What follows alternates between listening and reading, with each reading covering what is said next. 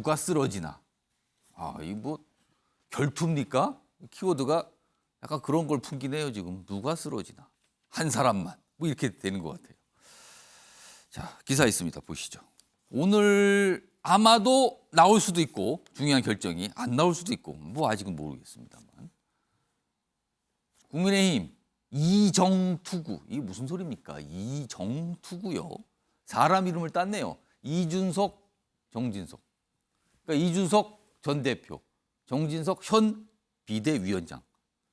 운명의 한 주다. 당 안팎 긴장감이 고조되고 있다. 지금 두 가지 사안이 이번 주에 기다리고 있거든요. 오늘입니다. 법원이 판단을 해요. 이 가처분. 근데 결론을 오늘 내서 공개가 될지 아니면 조금 더 시간을 가질지는 모르겠습니다만 이르면 오늘일 수 있어요. 그렇다면 비대위 존폐에 대한 결정이 되는 거죠, 이게. 그리고요. 이준석 추가 징계 6일 심의가 잡혀 있습니다. 이날 또 뭐가 나올 수도 있어요, 밤에. 물론 또 연기돼서 안 나올 수도 있지만 그래도 이 두 가지 날짜 4일과 6일 오늘 그다음에 이 뭐 이틀 뒤에 잡혀 있다는 겁니다. 그래서 운명의 한 주인데 내용은 이정투구다. 둘 중에 하나 쓰러진다는 뜻이죠. 이거는 이렇게 돼 있습니다.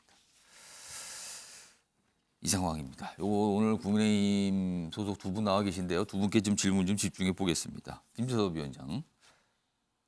만약에 오늘 법원 결정이 어떻게 나오거나 아니면 내일이라도 나오면은 가정을 해보겠습니다. 만약에 가처분을 또 받아줬어요, 이번에도 법원이. 그렇다면 비대위가 지금 운영 중인 비대위가 무산되는 거잖아요. 그러면 그 이후에는 또 다른 비대위를 만드는 쪽으로 가는 겁니까? 아니면 과거에 있었던 최고위원회 지도부가 다시 복원되는 겁니까? 아니면 아예 새로 전당대를 여서 지도부를 새로 뽑을 수 있는 겁니까? 세 가지 중에 뭡니까? 만약에 오늘 정도의 가처분 결정이 또 나온다면 뭡니까 지금? 만약에 가처분 신청이 또 인용돼가지고 그 3차 비대위를 만들면 정말 국민들의 어떤 비판, 만들 수는 있지만 여론이 무서울 있죠. 수 있다는 겁니까? 근데 그것을 당에서 견뎌내기 어려울 겁니다. 그리고 여당의 체면으로서도 그것이 맞지 않다라고 생각이 되고. 그럼 일단 그거는 여론을 의식한다면 굉장히 정치적으로 쉽지 않다는 게 된다는 거고. 비대위가 만약에 3차로 뭐 뜬다고 하더라도 이준석 대표가 거기에 대해 가처분 신청 안 걸겠습니까? 또 걸 거거든요. 또 한다 그러면은. 그러면 4차 비대위가 또 나와야 되는데 이제는 비대위원 할 사람도 없어요. 누가 하려고 하지도 않고 이번 비대위 구성을 할 때도 굉장히 난항이었다는 거 아닙니까? 굉장히 인력난 때문에 어려웠다라는 얘기들이 들리는 상황이거든요. 현실적으로 비대위가 과연 이 정치적으로 가능하겠냐 이건 말씀하신 건데 그러면 대안은 뭡니까? 지금 유일한 가능성은 최소한도로 최고위원회를 복원해가지고 전당대회 준비위원회를 띄운 다음에 차기 전대를 준비하는 방식으로 갈 가능성이 높다고 생각합니다. 복원이라는 의미는 이준석 대표의 복귀를 말하는 겁니까? 어쩔 수 없는 거죠. 왜냐하면 법원의 판단이 그러하기 때문에. 그럼 지금 국민의힘 내부에서 이른바 주류라고 꼽히신 분들이 그거를 받아들일까요? 받아들이지 않겠지만 그렇기 때문에 비대위원회를 2차로 또 출범을 시켰지만 법원이 여기에 대해서도 가처분 신청을 인용해버리면 당에서도 방법이 없거든요. 그렇다 그러면 최고위원 지금 김용태 최고위원이 아직 사퇴하지 않은 상황이기 때문에 만약에 비대위원회가 다시 그 뒤로 무르게 된다 그러면 김용태 최고위원이 다시 최고위원으로 복귀하면서 여러 명이 공석이 되어 있는 최고위원회가 남아있는 것이거든요. 유명무실하지만 어쨌든 최고위원회 자체는 있는 것입니다. 그렇게 되면 지금 당원당규상 정해진 대로 우리가 보궐선거를 통해서 최고위원회를 충원할 수가 있고요. 그 사퇴한 최고위원도 있으니까 그 자리가 비어 있으니까 채운다 다시. 그렇죠. 그렇게 해놓고 남은 임기를 유지하는 방식으로 가되 최대한 빠르게 차기 전당대회를 준비하는 방식으로 갈 겁니다. 이거는 법적으로 하자가 없는 상황이거든요. 그럼 만약에 이준석 대표가 복귀가 됐어요, 당대표로. 근데 지금 말씀은 가능한 빨리 임시적으로 체제를 유지했다가 빨리 전당대회 열자는 건데 이준석 대표가 전당대회 여는 걸 거부하면 어떡합니까? 거기에 대해서는 우리 윤리위원회 징계라는 변수가 하나가 남아있게 되죠. 또 있다 여기. 아마 윤리위원회에서 제 생각에는 이준석 대표에 대한 추가 징계가 나올 가능성이 굉장히 높고. 이거 장군 멍군입니까 지금 서로? 아마 그렇게 될 가능성이 좀 높다고 생각이 됩니다. 그렇게 됐을 때 이준석 대표는 만약에 당원권이 없어진다라고 해버리게 되면 이제는 가처분 신청을 하기가 어렵거든요. 물론 윤리위원회의 징계에 대해서도 또 가처분 신청을 할 수도 있습니다. 거기에 대해서 가처분 신청이 끊임없이 이어질 수는 있겠습니다만은 적어도 또다시 비대위를 띄우는 것은 거의 불가능한 일이고 지금 이런 상황 속에서 어떤 정치적 상상력을 발휘해 가지고 뭐 이렇게 굉장히 말 그대로 꼼수를 쓰는 예. 방식으로 하게 되면 법원에서 이거 인정하지 않을 거거든요. 그리고 국민들도 이거 인정하지 않을 거거든요. 그래서 나머지 예. 수순대로 정해진 수순대로 가는 것밖에는 사실은 정치적으로는 돌파구가 없는 걸로 보입니다. 유석 전 대변인 가정을 했어요. 만약에 이번에도 법원이 가처분을 받아들여 인용을 해준다면 어떻게 되는 건가?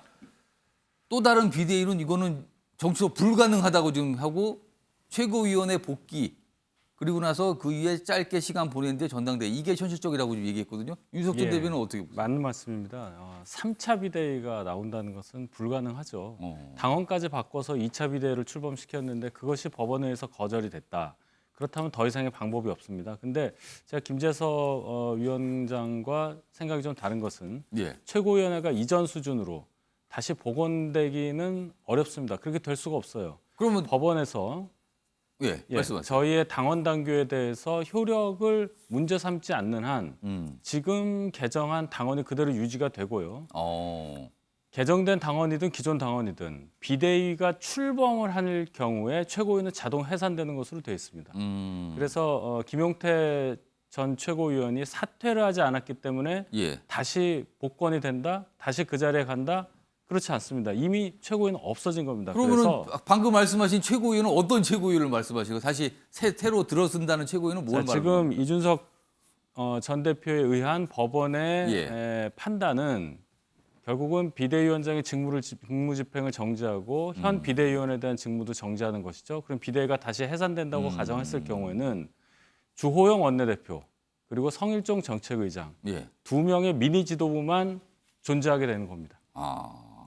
이것도 다툼이 또 심하겠는데요. 이거 보니까요 지금. 그리고 더 심각한 것은 만약에 법원에서 개정된 당헌의 효력에 대해서 문제 삼지 않는다면 전국위원회에서 최고위원을 보궐선거를 할 수도 없어요. 5명의 선출직 최고위원 중 4명 이상 사퇴했을 경우에는 전국위원회에서 보궐선거를 할 수 없게 새 규정이 또 당원에서 바뀌었다는 규정을 거죠. 했습니다.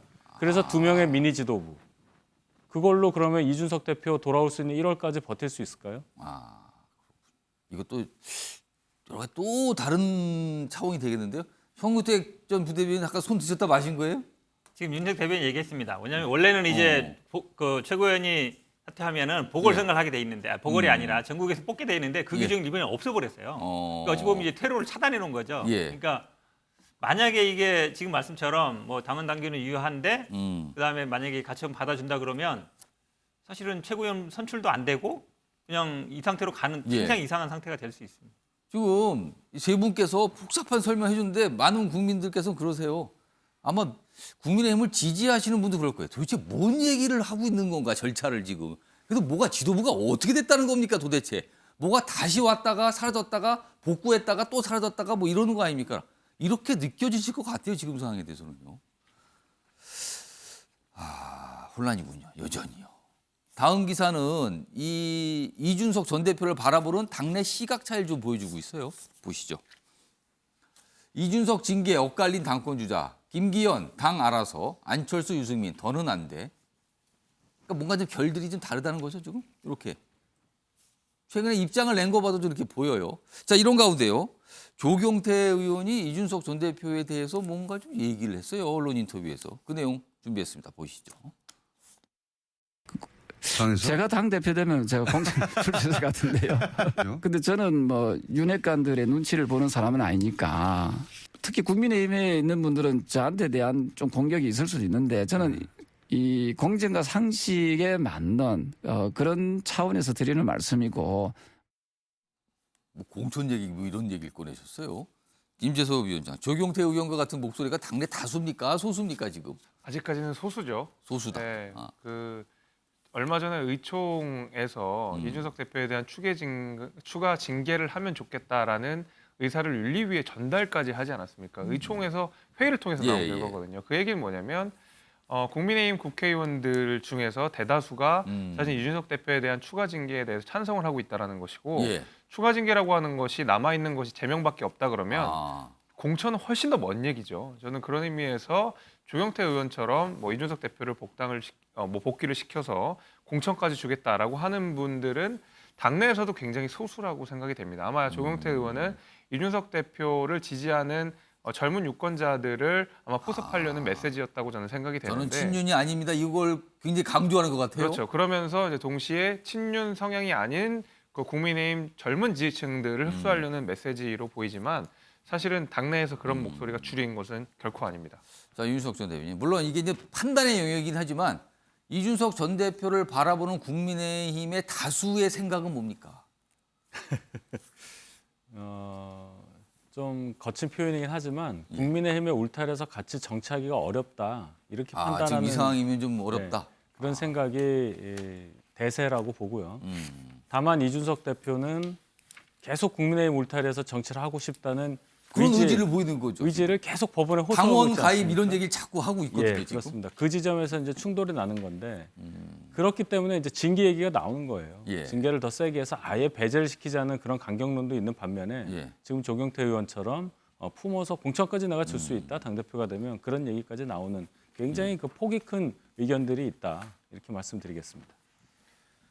그러니까 맨날 이 상황에서 서로 또 싸우는 지점이 이거 누구의 마음 아니냐 뭐 이런 거잖아요. 또 의심하는 쪽과 무슨 소리입니까? 이건 당에서 하는 쪽이죠. 뭐 이런 또 전선도 있습니다.